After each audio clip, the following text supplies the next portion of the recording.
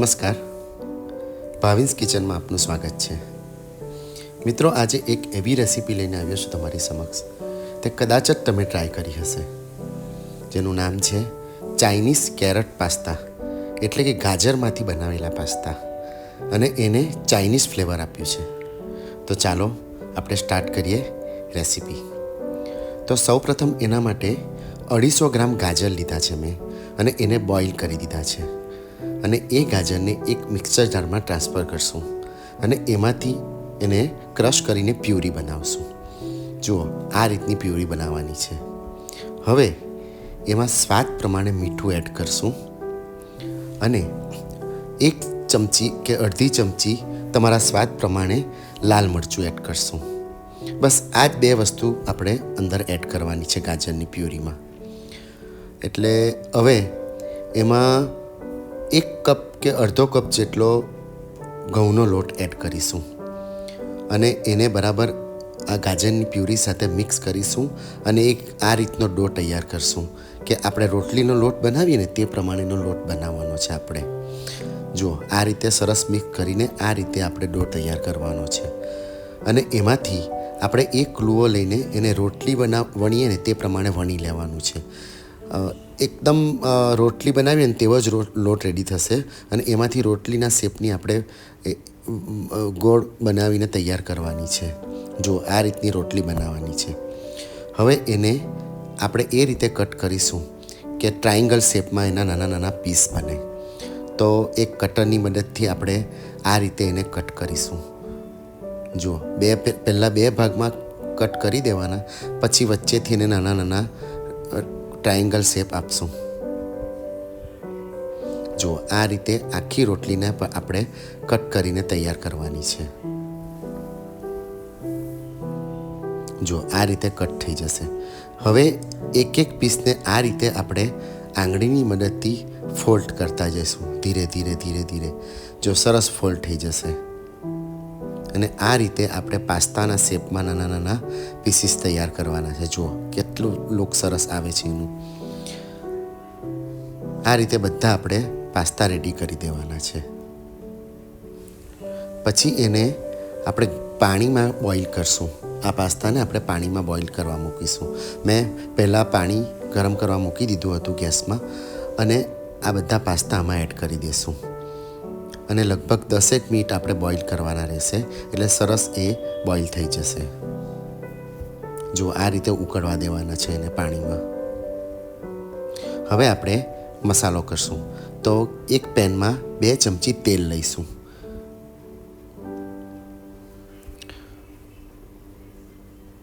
તેલ તમે કોઈ પણ યુઝ કરી શકો છો. તમારું તલ તેલ હોય, સિંગ તેલ હોય. એની અંદર આદુ, લસણ અને લીલા મરચાં કાપીને મેં રેડી રાખ્યા હતા, તે મિક્સ કરીને એડ કરશું. ને હવે એને બરાબર ચલાવતા જઈશું.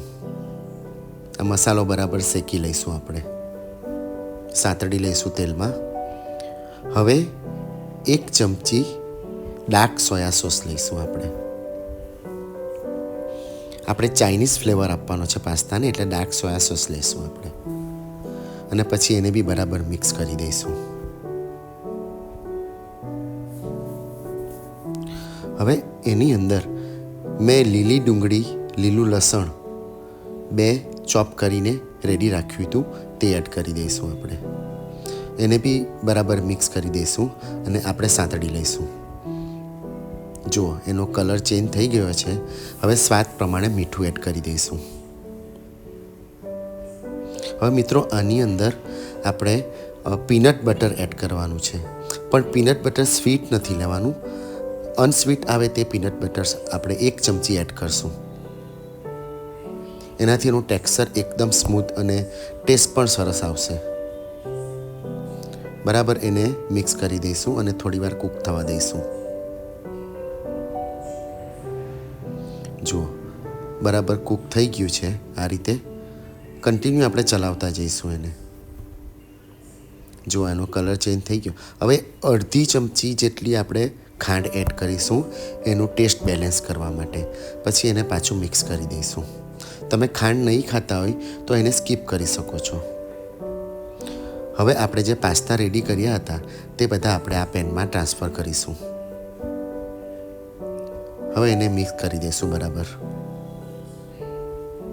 જુઓ, આ રીતે પાસ્તા બધા મિક્સ કરવાના છે મસાલા સાથે.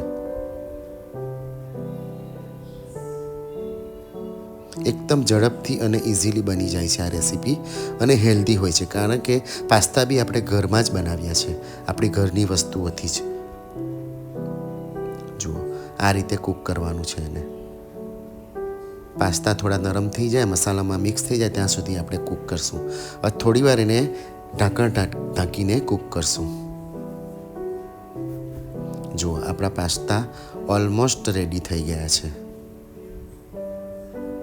ખાવામાં એકદમ ટેસ્ટી લાગે છે મિત્રો. જુઓ, આ રીતે આપણે પ્લેટમાં સર્વ કરીશું. એકદમ ડિલિશિયસ ડીશ આપણી રેડી છે. તમે એકવાર ટ્રાય કરશો તો તમને વારંવાર બનાવવાનું મન થશે. ઉપરથી આપણે ગાર્નિશિંગ કરી દઈશું. લીલા ધાણા હોય, લીલું લસણ બી તમે કરી શકો છો.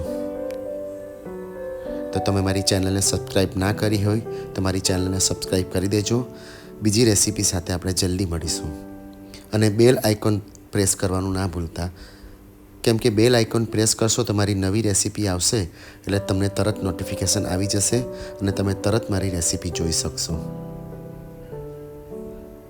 તો ત્યાં સુધી ગુડ બાય.